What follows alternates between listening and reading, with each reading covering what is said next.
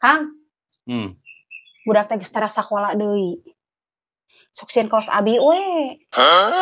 Kaosnya kumaha? Nya, paparehan abi teu bisa maca, tah hejo. Huruf meureun. Heeh. Maksud abi ge eta, buta huruf. Cik atuh adik hayang abi mah budak teh sing nyakola. Tuh, kaos anak batur. Nemi ka lulus boga ijabah. Lain ijabah atuh, ijazah. Lah, sarua wae nyebut nama. Dek ijabah, dek ijazah. Eta mah kumaha keikhlasan urang. Nya, da si lain ngacaplukna mah. Tudah keheul abi mah. Kamu menjaga batur, nyakolakeun budak teh nepi ka sakola luhur, nepi ka jadi sujana. Lain sujana atuh, sarjana. Sing balik atuh ada nyarita teh. Ari sicil. Tudah kesel abi mah. Kesel abi teh. Ini cia.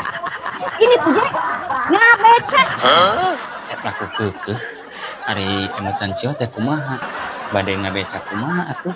Kapan sadel becana ge? Tos diica ku bebengok salira. Atuh teh janten salah Kang. Upami sadel becana terus diical mah gentos we ku jojodoh. Eta emutan dugi kadinya ngabeca kana jojodoh. Sumuhun. Kacipta pentingnya kajunggur abdi disebat nu gelo ku batur tukang beca gelo. Atuh kumaha Kang? Anu diical teh ulah sadelna unggul. Sakan tenang ya sareng becana. Margi abi butuh kau mayar sametan tilas apa?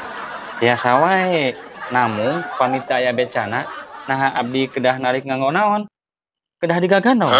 Kinten-kintena cio tega ningali akang tarik penumpang digagandong ka ditu ka dieu. Ganeng sia. Kacida boga salaki teh. Dasar akang mah jelema tah adon. Keur beungeut siga panakol bedug teh. Ae eta salaki disaruakeun jeung panakol bedug. Ah, da nya sia. Heug. Tapi ingat, lamun akang panakol bedug, nyai bedugna. Atuh lamun kitu mah budak teh hasil ngadulang. Ai ari akang, nyarita teh ka mana wae. Nyaho abi teh keur susah.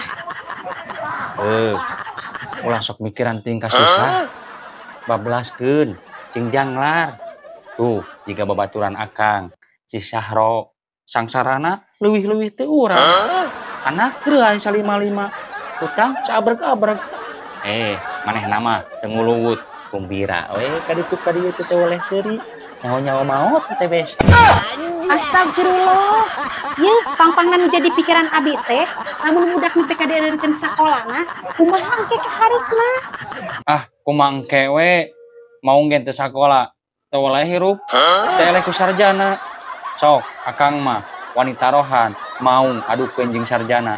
Menang maung sia. Dasar jelema weureu akang mah. Diajak nyarita sebener-bener, kalah ngacaper ka mana wae. Dasar atah ado, hese nyarita jeung jelema burung mah. Enggeus atuh, ulah mikiran we ka susah. Moal aya tungtungna.